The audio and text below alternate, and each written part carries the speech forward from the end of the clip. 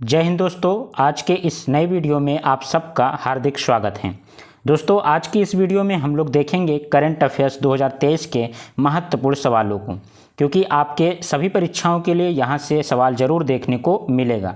हम लोग आज बहुत ही विस्तार से, बहुत ही अच्छी तरीके से करंट अफेयर्स के एक एक सवालों को पढ़ेंगे। तो आइए दोस्तों शुरुआत करते हैं। हमारा पहला सवाल है आज का, वेस्ट टू वेल्थ पहल में तेज़ी लाने के लिए कौन सी ऑनलाइन ड्रेजिंग मॉनिटरिंग प्रणाली लॉन्च की गई? तो इसका जवाब हो जाएगा सागर समृद्धि प्रणाली। कौन सी? सागर समृद्धि प्रणाली है, जो कि 9 जून 2023 को लागू की गई, लॉन्च की गई। ठीक है दोस्तों, अगला सवाल है हमारा, भारत सरकार ने, किसने? केंद्र सरकार या भारत सरकार ने किसकी अध्यक्षता में, यानी किसको अध्यक्ष बनाते हुए मणिपुर शांति समिति का गठन किया है? आप सभी इस बात से अवगत हैं कि मणिपुर की जो घटना हुई थी बहुत ही दर्दनाक हुई थी। उस घटना के लिए मणिपुर में शांति व्यवस्था स्थापित करने के लिए एक कमेटी बनती है। उस समिति का जो अध्यक्ष है वो कौन था? तो उसका अध्यक्ष अनुसुईया उइके हैं। कौन है? किसी न किसी परीक्षा में देखने को मिलेगा। हमारा अगला सवाल है दोस्तों आज का तीसरा, कि किस राज्य की 5 इमारतों और संरचनाओं को सुंदर इमारतों के लिए अंतर्राष्ट्रीय ग्रीन एप्पल पुरस्कार, याद रखिए इंपॉर्टेंट है, कौन सा? ग्रीन एप्पल पुरस्कार किसे दिया गया, ये याद रखिए। ग्रीन एप्पल पुरस्कार के लिए तेलंगाना राज्य को चुना गया। वहाँ की 5 इमारतों और संरचनाओं को, जो कि सुंदर इमारत के रूप में आती हैं, इसके लिए उनको अंतर्राष्ट्रीय ग्रीन एप्पल पुरस्कार के साथ सम्मानित किया गया। तो इसका जवाब हो जाएगा आपका तेलंगाना राज्य, जो कि भारत में है।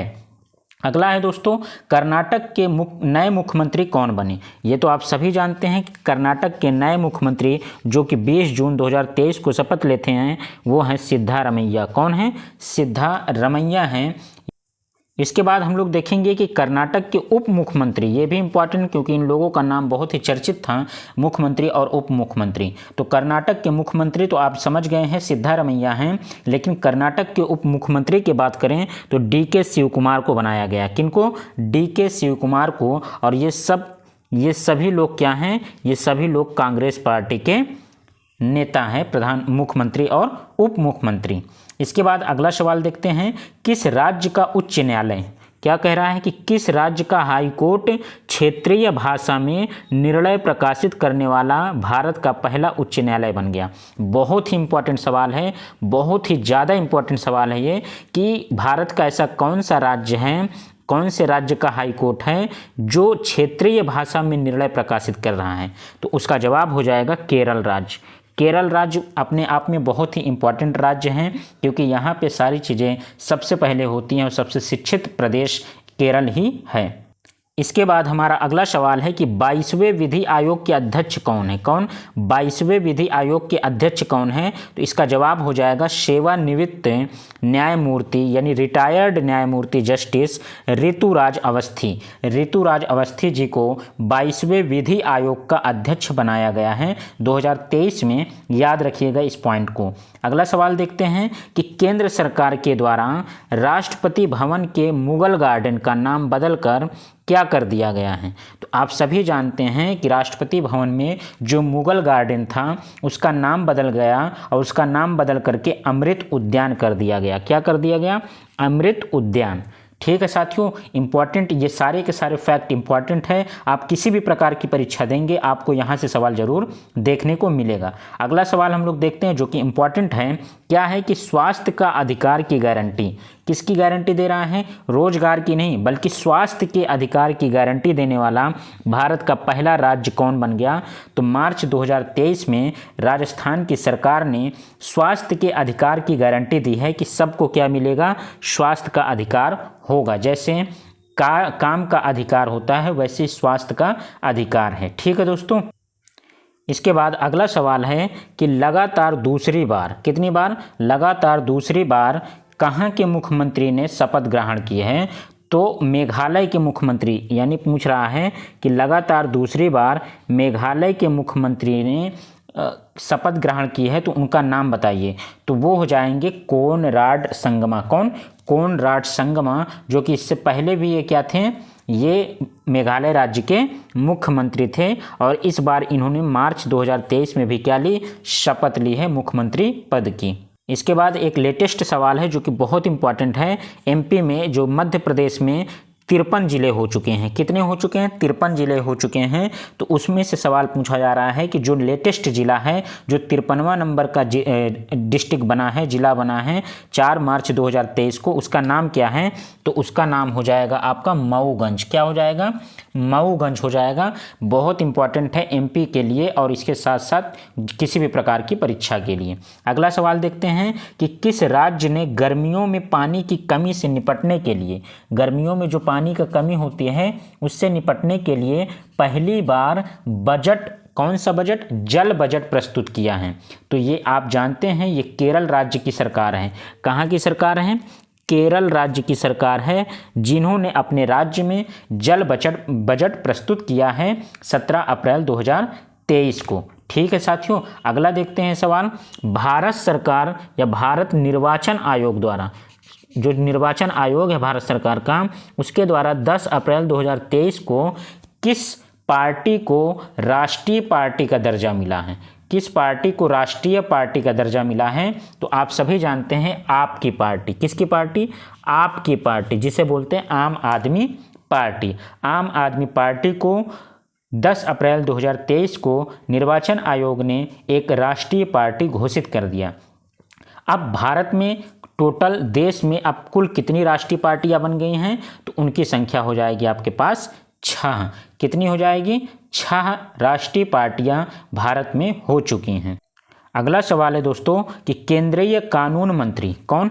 केंद्रीय कानून मंत्री जी के द्वारा किस भाषा में भारत के संविधान का पहला संस्करण जारी किया गया? यानी भारत के संविधान का पहला संस्करण किसी अदर भाषा में जो जारी किया गया वो है डोगरी भाषा में। कौन सी भाषा में? डोगरी भाषा में पहला संस्करण जारी किया गया 8 अप्रैल 2023 को। अगला सवाल है कि प्रधानमंत्री नरेंद्र मोदी द्वारा राष्ट्र को समर्पित क्या चीज़ समर्पित किया गया? नमो पथ। ये इंपॉर्टेंट है, नमो पथ याद रखिएगा, ये पूछा जा सकता है। ये किस राज्य या केंद्र शासित प्रदेश में स्थित है? तो नमो पथ स्थित है दादर एवं नगर हवेली और दमन दीव में। कहाँ पे स्थित है? दादर नगर हवेली और दमन द्वीप में स्थित है क्या चीज़? नमो पथ। अब नमो पथ है क्या, अगर कोई पूछे आपसे तो ये सवाल है आपके पास कि नमो पथ क्या है? तो सी फ्रंट है, यानी तटीय सैरगाह है, यानी आप तटों के किनारे सैर कर सकते हैं, वो बनाया गया है नमो पथ। इसके बाद अगला सवाल है दोस्तों, प्रधानमंत्री नरेंद्र मोदी जी के द्वारा नए संसद भवन का उद्घाटन कब किया गया? मोस्ट इंपॉर्टेंट है कि नए संसद भवन का निर्माण या उद्घाटन कब किया गया? तो 28 मई 2023 को। अब संसद भवन जो बना है नया वाला, इससे संबंधित 4-5 सवाल हैं जो कि बहुत ही ज़्यादा इंपॉर्टेंट हैं। आप जरूर किसी न किसी परीक्षा में यहाँ सवाल देखने को आपको मिलेगा, तो इन सारे सवालों को आप देखिए, बहुत ज़्यादा इंपॉर्टेंट है। पहला सवाल यही है कि नए संसद भवन का उद्घाटन कब किया गया? तो 28 मई 2023 को। दूसरा सवाल बनता है कि इस भवन का निर्माण के लिए किस परियोजना के तहत किया गया? यानी इस भवन का निर्माण किस परियोजना के तहत किया गया? तो आप इतना याद रखिएगा, सेंट्रल विस्टा। क्या याद रखिएगा?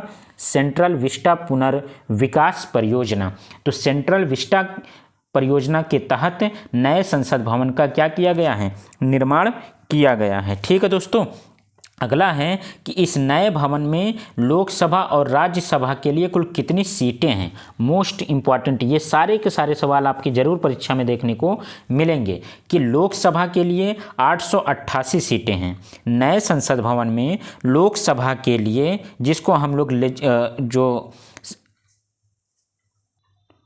जिनको हम लोग निम्न सदन के नाम से जानते हैं लोकसभा को, उसके लिए 888 सदस्यों की संख्या यानी सीट की संख्या है। और जो राज्यसभा होता है, जिसको हम लोग उच्च सदन के नाम से जानते हैं, उनमें 384 सीटें हैं।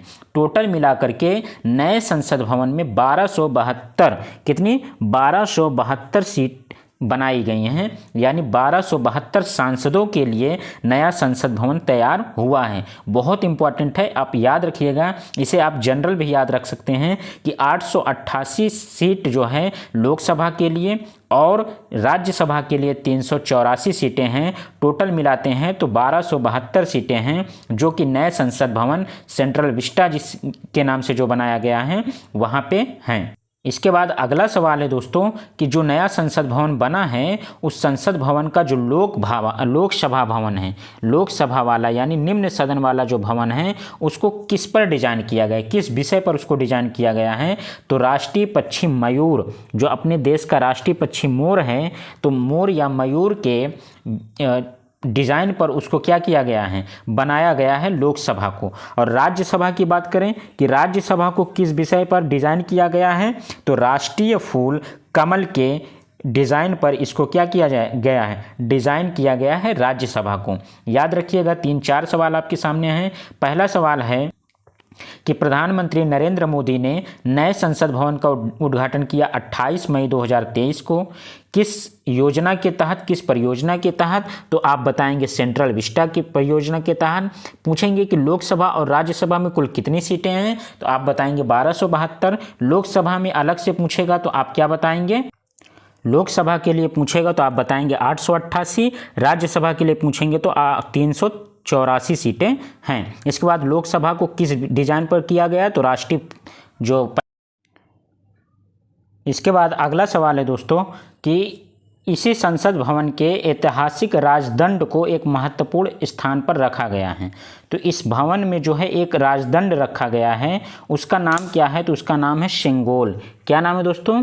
सिंगोल नाम है, जो कि बहुत इंपॉर्टेंट है। और ये सिंगोल जो है वो किस प्राचीन साम्राज्य में सिंगोल को सेवा, कर्तव्य और राष्ट्र के पथ के प्रतीक के रूप में देखा जाता था? तो वो है साम्राज्य आपका चोल। कौन सा साम्राज्य है? चोल साम्राज्य में सिंगोल को सेवा के लिए, कर्तव्य के लिए और राष्ट्र के पथ के प्रतीक के रूप में देखा जाता था। सिंगोल किसका प्रतीक है? तो सिंगोल जो प्रतीक है वो है हस्तांतरण का। किसका हस्तांतरण? सत्ता का, यानी सत्ता का ट्रांसफर करना है, एक हाथ से दूसरे हाथ में सत्ता को पहुंचाना ही क्या है, सिंगोल इसका प्रतीक है। अगला सवाल है कि कौन सा भारतीय राज्य है जिसने बच्चों के लिए डिजिटल स्वास्थ्य कार्ड, क्या चीज़, डिजिटल स्वास्थ्य कार्ड बनाने वाला पहला राज्य बन गया? तो वो हो जाएगा आपका उत्तर प्रदेश। क्या हो जाएगा दोस्तों? यूपी हो जाएगा। यूपी में बच्चों के लिए डिजिटल स्वास्थ्य कार्ड बनाया जा रहा है।